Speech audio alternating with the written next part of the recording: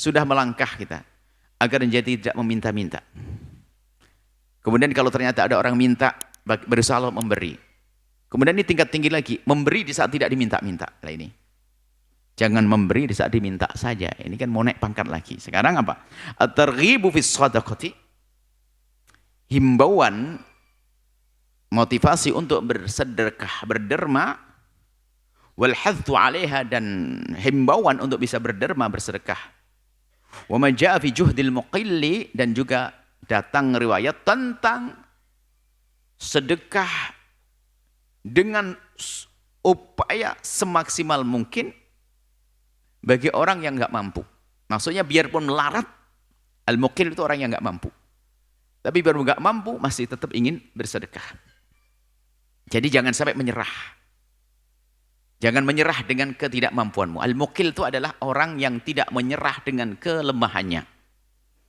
Kalau kemarin kita sebutkan tentang Uwais Al-Qarani, seorang yang sangat fakir, paling fakirnya manusia di muka bumi saat itu dia Uwais Al-Qarani. Dia nggak punya apa-apa, hanya baju yang nempel di badan saja. Nggak punya timbunan, nggak punya simpanan. Kalau makan pergi ke pembuangan roti orang kaya di tempat sampah, dan di situ biasa ada anjing dan sebagainya. Uwais datang ke sini sudah menjadi rutin. Dan memang tidak ada kerjaan mudah seperti zaman sekarang. Ada anjing kok ke sana. Jangan ganggu aku. Diambil roti-roti oleh Uwais Al-Qarani. Dan ternyata roti itu dibagi 3. Setelah diambil, dibagi 3. Yang paling kotor, yang sedang, dan yang paling bersih. Yang paling kotor dibungkus langsung dilemparkan ke anjing. Memberikan sedekah kepada anjing. Yang sedang dimakan untuk dirinya, yang paling bagus dibungkus rapi lagi, lalu disedekahkan kepada orang yang fakir menurut dia. Kemudian mengadu kepada Allah, ya Allah, ini yang bisa aku lakukan untuk menolong saudaraku, jangan hukum aku ya Allah. Lihat, orang fakir masih berusaha untuk bersedekah. Sementara Anda tidak sampai seperti Uwais Al-Qarani. Tanyakan diri Anda, apa yang Anda berikan kepada si fakir yang di kiri kanan rumah Anda? Apakah nunggu Anda kayak Uwais? Wong mudah saja nggak jadi bersedekah, apalagi jadi kayak Uwais Al-Qarani. Jangan menyerah. Nah, inilah hadis ini menyebutkan tidak boleh kita menyerah dengan kefakiran. Itu sebenarnya jiwa. Jiwa berjuang, jiwa melakukan kebaikan ini. Jiwa jihad. Ada pembangunan mustola di rumahnya, saya kan orang fakir. Jangan menyerah dengan kefakiranmu. Jangan menyerah dengan kefakiranmu. Aku fakir, aku usahakan. Bisa saja mengagumkan. Kecerdasan si fakir ternyata bisa melakukan kebaikan lebih gede daripada si kaya. Karena dia cerdas. Kerinduannya kepada Allah tinggi. Kisah seorang tukang becak. Yang setiap tahun bisa korban kambing 1-2 gede-gede. Orang kaya paling kaya di situ pun tidak bisa nyembelih kambing lebih gede dari dia. Karena kambingnya dia adalah bukan kambing beli di pasar, akan tapi kambing yang telah disiapkan. Jadi rupanya dia beli benih kambing. 3 benih kambing ke pasar. Beli benih kambing yang diperkirakan bakal gede. Belinya adalah setelah hari raya, setelah hari raya korban. Banyak kambing-kambing yang sudah tidak terjual di pasar itu, dibeli sama dia, beli kecil-kecil 3. Sambil ngebecak, dia mampir nanti sambil ngerumput. Setiap hari. Pas bulan haji berikutnya, dia punya 3 kambing gede. Yang satu dijual sebelum haji, sebelum hari raya korban. Duitnya disimpan, yang 2 disembelih korban dikirim ke musolanya. Setelah hari raya selesai, duit yang 1 kambing tadi dibelikan 3 kambing lagi. Dan begitu seterusnya, sehingga setiap tahun dia bisa melaksanakan korban, padahal dia seorang tukang becak. Tukang becak yang cerdas. Kambingnya yang paling gede. Kurang lebihnya seperti itulah kalau orang cerdas berbuat baik. Jangan menyerah dengan kefakiran. Oh, saya tidak mampu. Makan aja pas-pasan. Sehingga nggak membantu masjid, musola atau pondok yang ada di kiri kanannya. Sebetulnya dengan kecerdasannya, oke pas-pasan, tetap makan nasi, ya kan? Berapa on Anda menanak nasi? Berapa cangkir Anda menanak nasi? Mungkin Anda jawab, saya menanak nasi 6 cangkir. Oke, ambil 1 cangkir. Masukkan ke plastik, jangan dimasak. Jadi masak Anda hanya 5 cangkir. Dikurangi 1 cangkir nggak begitu kerasa nanti. Hanya nanti anaknya suruh tambah air sedikit saja, kenyangnya dengan air selesai. Anda punya 1 cangkir setiap hari, Anda kalikan 30. 30 cangkir Anda kirim ke masjid, bisa jadi bata merah berapa itu? Kecerdasan. Si kaya pun belum tentu bisa tuh. Kaya tidak dipilih oleh Allah. Maka jangan biasa menyerah, aku tidak mampu, aku nggak bisa, nggak punya duit, uangku pas-pasan.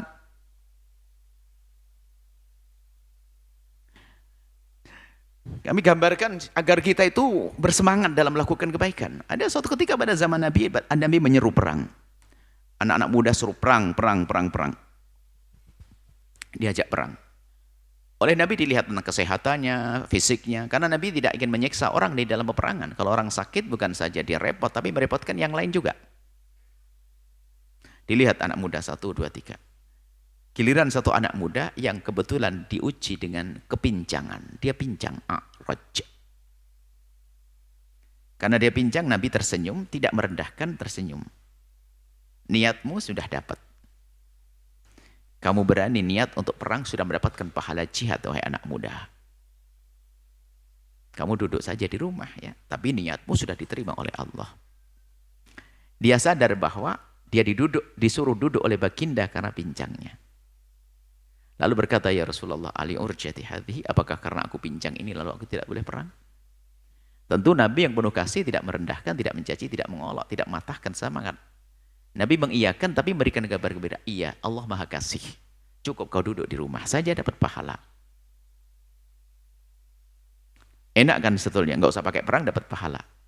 Cuman ini orang pincang ini, orang pincang istimewa. Dia sedikit memohon, ya Rasulullah, wallahi demi Allah, la ta'annal jannata bi urjati hadhi. Aku ingin menginjakkan kakiku surga. Aku ingin menginjak surga dengan kepincanganku ini. Ya Rasulullah, izinkan aku untuk perang.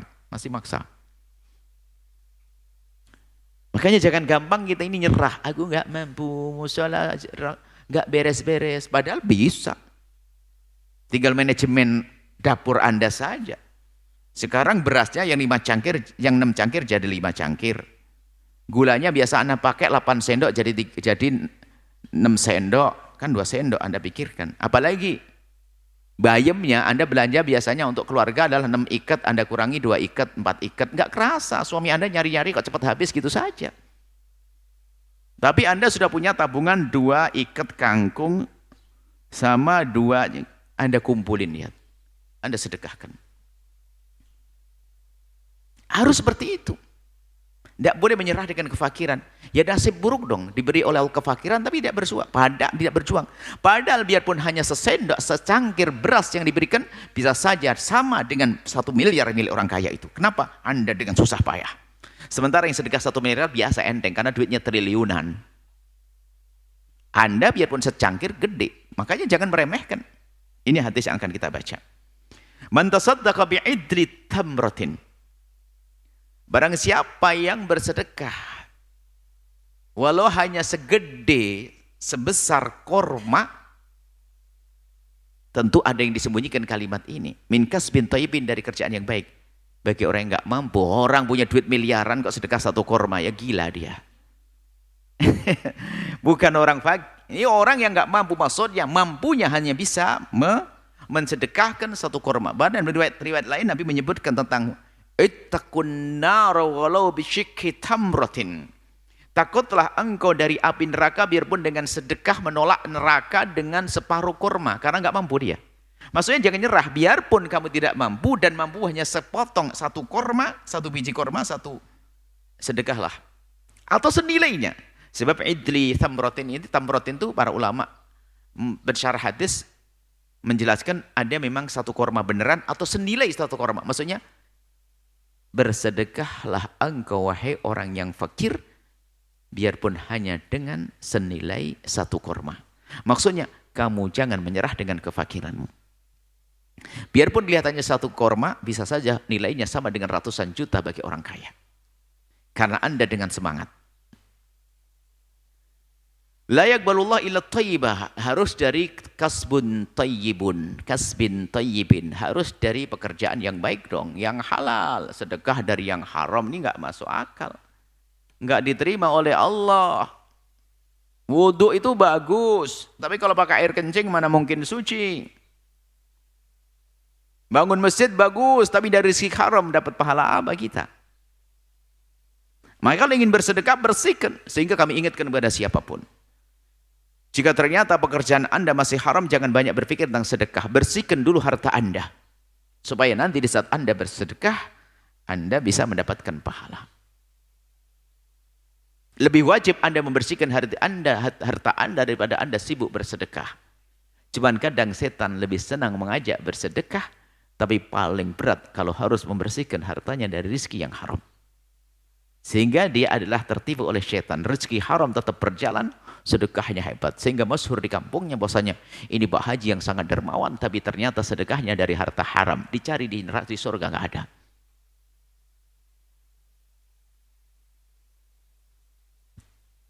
Fa innallaha yaqbaluha biyaminih. Allah akan menerima sedekah yang diberikan dan dengan yang diambil dari rizki yang halal bersih tadi. Allah yaqbaluha biyaminih. Allah akan menerimanya dengan tangan kanan Allah. Maksud tangan kanan Allah ini lihat. Ini adalah juga pembahasan masalah akidah, jangan salah. Maksudnya ada dalam bahasa manusia adalah kalau dan nanti dalam bahasa akhirat itu ada kalau orang dibagikan bukunya dengan tangan kanannya, itu manusia dengan tangan kanan yang sesungguhnya. Maksudnya kanan itu simbol kebaikan. Jadi kalau misalnya kalau kita aku terima dengan tangan terbuka. Nah, misalnya begitu kan. Maksudnya apa itu? Oh, gitu tok ya. Aku terima dengan tangan terbuka. Yang enggak diambil, yang enggak nyampe-nyampe. Ini kan bahasa ada dalam bahasa memperindah dalam bahasa. Yamin bukan tangan kanan Allah, karena jangan menyifati Allah seperti manusia. Jadi maksudnya akan diterima oleh Allah. Diterima oleh Allah.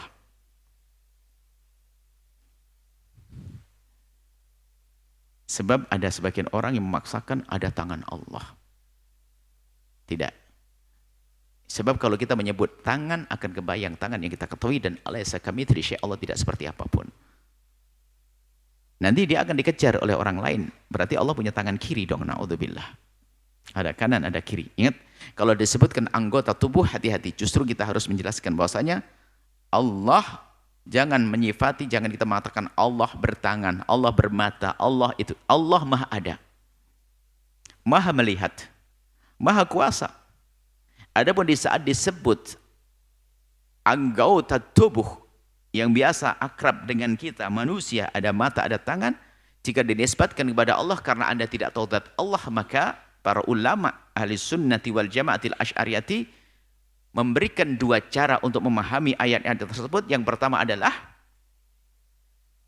sadari bahwasanya memang itu ada di dalam hadis atau Al-Quran. Kemudian setelah itu keluarlah dari makna zahirnya, kemudian cari makna-makna yang lain, makna majazi dan yang lainnya, untuk diberi makna yang sesuai dengan keagungan zat Allah Subhanahu wa taala. Itu cara. Itu namanya takwil. Yang kedua adalah tafwid, adalah sudahlah. Jauhkan dari makna yang asli dan serahkan kepada Allah Subhanahu wa taala. Biasanya takwil itu lebih mudah untuk difahami, maksudnya biyaminihi adalah dengan senang, dengan ridho. Maksudnya diterima oleh Allah biyaminihi. Yurabbiha, dan Allah akan tambah-tambah. Yurabbiha akan dikembangkan. Li sahibiha, untuk orang yang bersedekah. Kelihatannya hanya satu kurma, tapi setelah itu Allah kembangkan. Kama yurabbi ahadukum, seperti seseorang di antara kalian itu yurabbi, mengembangkan faluwahu, maharnya. Mungkin seorang yang mendapatkan mahar perempuan atau mendapatkan sesuatu dikembangkan. Hatta takuna mithlal jabali, sehingga menjadi seperti gunung. Masalah mengembangkan di sini ada beberapa makna yang dihadirkan oleh para pensyarah hadis adalah yang bersedekah dengan memaksakan diri atau dengan berusaha bagi si fakir tadi. Orang kaya nggak dibahas ini. Orang kaya masak satu kurma saja. Ya waktu sesuai dengan kekayaannya dong. Ini dibahas orang yang hanya mampu bersedekah dengan sepot satu biji korma. Jangan remehkan selagi mampu itu. Akan tapi ketahuilah bahwa Biarpun kelihatannya hanya sebiji korma, ketahuilah Allah akan kembangkan pahalanya nanti di akhirat. Dan sebagian pencari hadis memaknai akan dikembangkan di dunia, ketahuilah sedekahmu yang kau berikan menjadi sebab berkembangnya hartamu di dunia ini. Nah, berarti ukuran korma ini adalah untuk fakir. Ada pun yang kaya ya mungkin 5 korma, karena masuk ke 5. Jangan berpikiran dengan tek, 1 korma, kaya raya, sunnah Nabi, sedekah 1 korma untuk masjid. 1 korma. Saya ini berdasarkan teks hadis Nabi. Nggak boleh kita takwili, nggak boleh kita makna yang lain. 1 korma, 1 korma. Nah, ini bukan begitu. Baik, kemudian kita baca hadis-hadis yang lainnya. Wa an Aisyah, dari Sayyidah Aisyah radhiyallahu ta'ala anha annahum dhahabahu syatan. Jadi baginda Nabi dan keluarganya itu menyembelih, sebagian menisbatkan ini ke keluarga Nabi. Bisa sebagian menisbatkan ke sahabat Nabi sallallahu alaihi wasallam menyembelih kambing. Faqala Nabi ma baqiya minha. Kemudian Nabi bertanya kepada keluarga, di dalamnya ada Siti Aisyah. Kambing yang sudah kita sembelih tadi ada yang sisa enggak? Qalat Sayyidat Aisyah bercerita, ma baqiya minha illa katifaha. Enggak ada yang tertinggal kecuali bagian, mungkin katif itu bagian sini apa ya? Jadi tangannya dipotong, diambil ada dagingnya sini, kecuali ini tok. Apa? Sampil. Sampil? Kalau salah ya ini maksudnya, Anda kasih nama sendiri. Tapi kambing bukan ini. Tinggal ini tok ya Rasulullah, sampil. Nabi mendengar kambing yang disembelih sudah habis dibagi-bagi, tinggal yang di rumah hanya sampil. Nabi bersabda, baqiya kulluha ghaira katifiha. Ketahuilah Aisyah, yang akan abadi adalah semua yang telah kau berikan. Tapi yang tertinggal itu justru enggak abadi. Karena kita makan, yang kita sedekahkan itu yang akan kita temui nanti di akhirat. Semuanya akan abadi, kecuali hanya sampilnya enggak abadi. Karena sampilnya kita tinggal untuk kita. Rawahu Tirmidzi, hadis riwayat Tirmidzi, wa qala hasan sahih. Wa manahu annahum tasaddaqu bi illa katifiha. Artinya di sini bahwasanya keluarga baginda mensedekahkan semuanya kecuali sampilnya. Ternyata Nabi menjawab, justru yang kau sedekahkan itu yang akan abadi dan akan engkau temui nanti di akhirat. Tapi katifnya itu, sampilnya tidak engkau ketemui karena kita makan di dunia. Baik, ini adalah gambaran tentang pentingnya sedekah. InsyaAllah kita lanjutkan pada hadis-hadis berikutnya. Wallahu a'lam bissawab.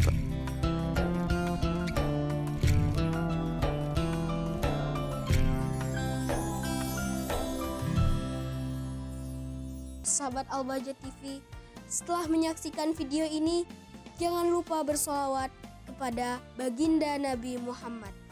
Shollu ala Nabi Muhammad. Allahumma sholli alaihi wa ala alihi wa sahbihi.